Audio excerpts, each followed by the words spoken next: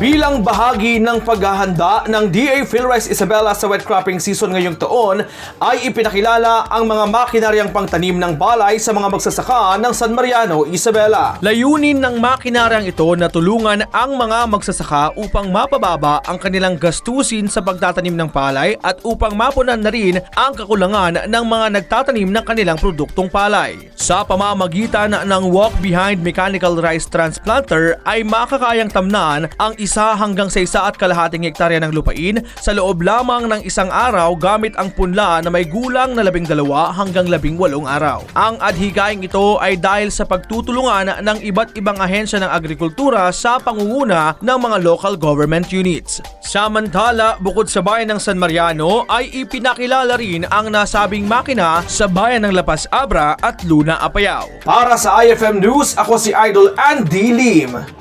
Idol!